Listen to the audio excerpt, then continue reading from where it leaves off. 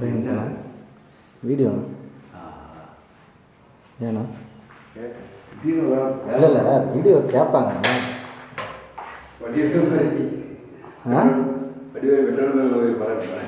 இருந்தாலும் இது எவ்வளோங்க சார் வருது?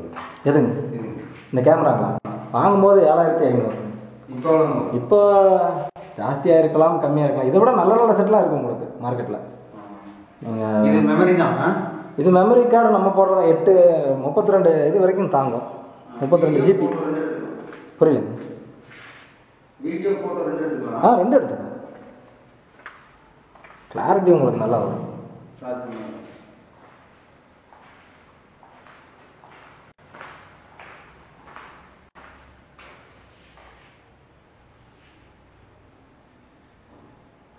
அது